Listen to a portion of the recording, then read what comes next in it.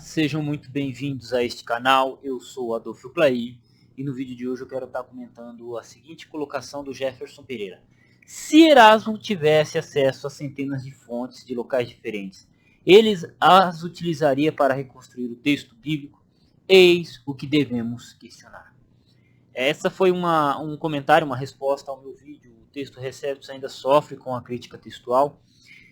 E eu acho que vai ser bem legal responder isso. Mas primeiro eu peço que você se inscreva nesse canal, assine as notificações. Na descrição desse vídeo você encontrará meu curso de grego e também um bacharel em teologia. E vamos a mais esse vídeo.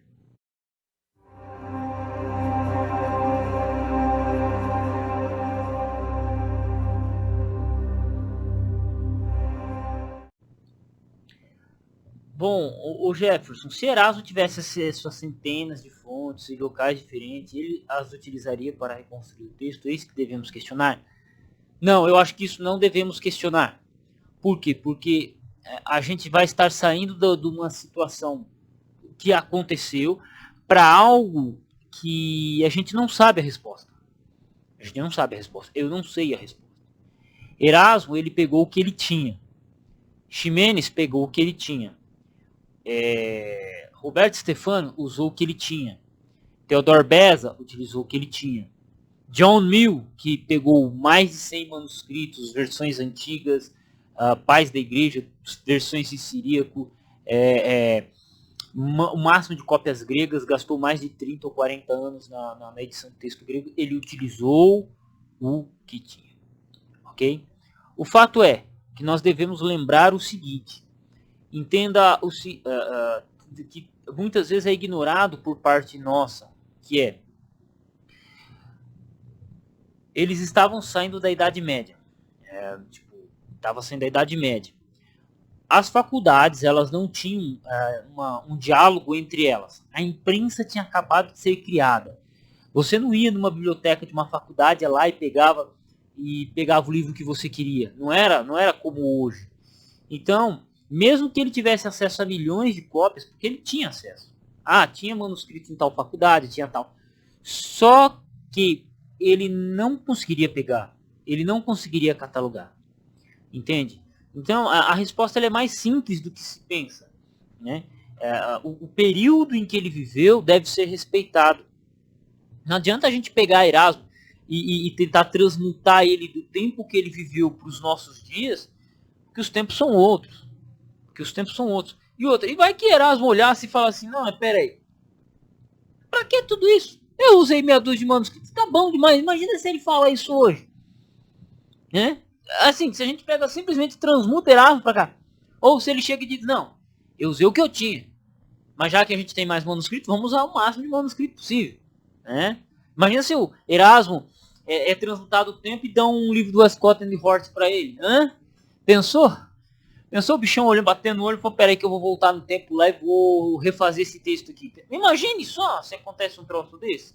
Então a gente sai do campo que aconteceu, que a gente pode relatar que Erasmo utilizou meia dúzia de manuscritos bizantinos e o último deles, e nenhum deles havia os capítulos finais, né, os versículos finais de Apocalipse.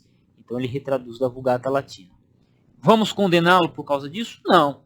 Ele fez o que tinha que fazer, utilizou as ferramentas que tinham, a época em que ele viveu permitia apenas isso, e ele tinha o propósito de ser o primeiro editor do Novo Testamento grego. Né? Ele se desafiou a isso, né? E seu nome está na história, seu nome é lembrado por causa disso. Não mais que isso, não menos que isso. Outra coisa, Erasmo de Roterdã foi um dos grandes helenistas da idade moderna. Então, é um cara que sinceramente, fora o Pedro Apolinário, que é a minha inspiração, o cara que é inspiração minha também é o Erasmão, mano. Erasmão era bichão, cara. Tem um texto dele que fala assim, quando eu tiver dinheiro eu vou comprar livros de grego, e se sobrar eu compro roupas. Tá ligado? Esse é o exemplo que eu utilizei do Erasmo de Roterdã. Entendeu? A pior fase da minha vida financeira foi o seguindo o conselho de Erasmo, entendeu? E não é à toa que ele é o helenista mais respeitado assim, foi o violinista mais respeitado do período reformado, né? Tipo, era bichão, mano. Ele foi a maior autoridade. Tanto que a leitura do grego utilizada até hoje, eu utilizo, é a leitura erasmiana, reconstituída por ele. Então, bichão, não tem o que falar. Erasmo é Erasmo, tá ligado? E ele é o homem do tempo dele. E eu acho que isso tem que ser respeitado, isso tem que ser levado em consideração, isso tem que ser visto e não pode ser deixado, entende? Não, sabe, não dá. Então, assim, se ele tivesse acesso, cara, não dá para ter essa resposta. O que ele teve acesso? Essa é a pergunta correta. Ele fez o que tinha que fazer. Ele julgou da melhor maneira que ele podia. Porque na época dele não tinha teoria de reconstrução, não se tinha ideia de quantos manuscritos se tinha, não tinha um acesso geral à história. Eu acho que hoje nós, aqui no século XXI, nós temos muito mais acesso à história do que o próprio Erasmo teve. E ainda assim eu não consigo superá-lo no estudo do grego. Eu não consigo superá-lo no estudo grego. Por quê? Porque tem certas coisas que apenas o esforço traz. Existem certas coisas que apenas o esforço traz. Não é a quantidade de informação, não é a quantidade de livro. É apenas o esforço duro e uma vida dura são capazes de fazer. Né? Tempos difíceis criam homens fortes. Tempos fracos, tempos tranquilos criam homens frágeis. E Erasmo é um desses caras que viveu em uma época conturbada, lutou pelo que tinha que lutar e pronto. Não estou dizendo que eu concordo com tudo que ele fez, ou que ele apoiou teologicamente, porém, ele é um dos homens que vão ser lembrados daqui 100 anos. Daqui 100 anos talvez Adolfo Clay seja esquecido. Né? Mas Erasmo continuará sendo lembrado como o primeiro homem que editou o primeiro Novo Testamento grego, e o homem que, tipo assim, é o patrono do texto recepto. Não tem como. É o cara que... Entende? Então, eu achei interessante a colocação do Jefferson, né? Mas ele utilizou o que tinha que utilizar e ponto. É um homem ao seu tempo e eu acho que poucos homens... poucos homens pode ser dito o que é dito de Erasmo de Roterdã. Um homem do seu tempo. Né? Um homem do seu tempo. Um homem que, apesar das dificuldades, apesar das lutas, foi o cara que editou o primeiro Novo Testamento grego. E um monte de gente teve a oportunidade antes dele. Mas ele fez. Ele o fez.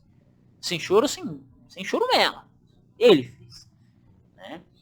Ele fez. Coisa que muito crítico textual hoje gosta de fazer e falar, porque isso, porque aquilo, mas nem editar um Novo Testamento grego os caras editaram. Né? Eu sou um exemplo disso. Eu quero falar tanto que eu gosto tanto de falar de crítica textual, mas nem editar o meu próprio Novo Testamento grego eu editei. Ainda. Então, respeito. A gente, quando fala de Erasmo, a gente fala com respeito, a gente fala com carinho. Sinceramente, eu particularmente falo com muita admiração, porque o cara era fera, não tem outras palavras.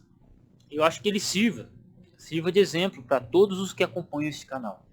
Né? Quem quiser pode ler o livro História do Texto Bíblico, de Pedro Apolinário, lá tem uma façanha que fala sobre isso, ou é o texto Explicação de Textos Difíceis, não sei, aí você pesquisa, leia, não me lembro, mas eu acho que deve ser Explicação de Textos Difíceis. Explicação de Textos Difíceis, porque estudar grego e hebraico, entendeu? Lembrei, é isso aí. Lá vai dizer, Erasmo escreveu certa vez a um amigo que quando ele tivesse dinheiro, ele compraria livros de grego. Depois compraria roupas. E não é à toa que ele se tornou o maior helenista do tempo da Reforma. São palavras de Pedro Apolinário sobre o próprio Erasmo. Então, é isso. Não vou ficar especulando sobre o que ele poderia ter feito se ele tivesse mais informação. A minha pergunta é, o que você faria se você tivesse menos informação? O que você faria se você tivesse na Idade Média? O que você faria? Entende? Acho que a única coisa que a gente pode ser grato que a gente pode fazer é ser grato ao tempo em que nós vivemos. Sabe? Se eu tivesse vivido uns 30 ou 40 anos atrás, eu teria muito mais dificuldade do que eu tenho hoje. Entende? Então eu sou grato pelo tempo em que eu vivi, né?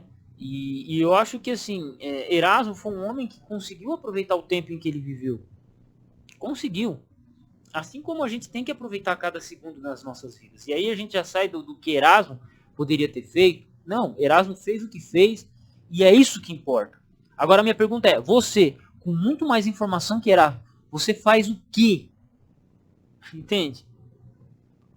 A gente tem mais livro, na minha biblioteca eu tenho mais livro do que o Santo Agostinho tinha na biblioteca pessoal dele. Será que eu vou conseguir ser um pensador melhor do que Agostinho? Jamais. Jamais. Superar Santo Agostinho?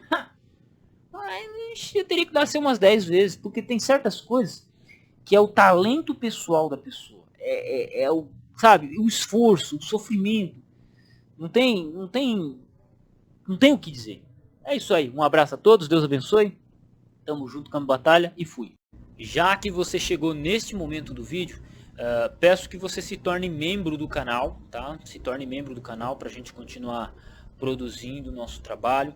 Também na descrição dos vídeos aqui você encontrará meu curso de grego e crítica textual. É o primeiro link na descrição. Também encontrará um bacharel em teologia. E se você simplesmente gosta do meu trabalho e... não, só quero te ajudar, Adolfo. Então, na descrição do vídeo você encontra o meu telefone para que você possa fazer uma doação via Pix, né? O número de telefone meu é o meu Pix. Então, muito obrigado por tudo. Deus lhe abençoe e até o próximo vídeo.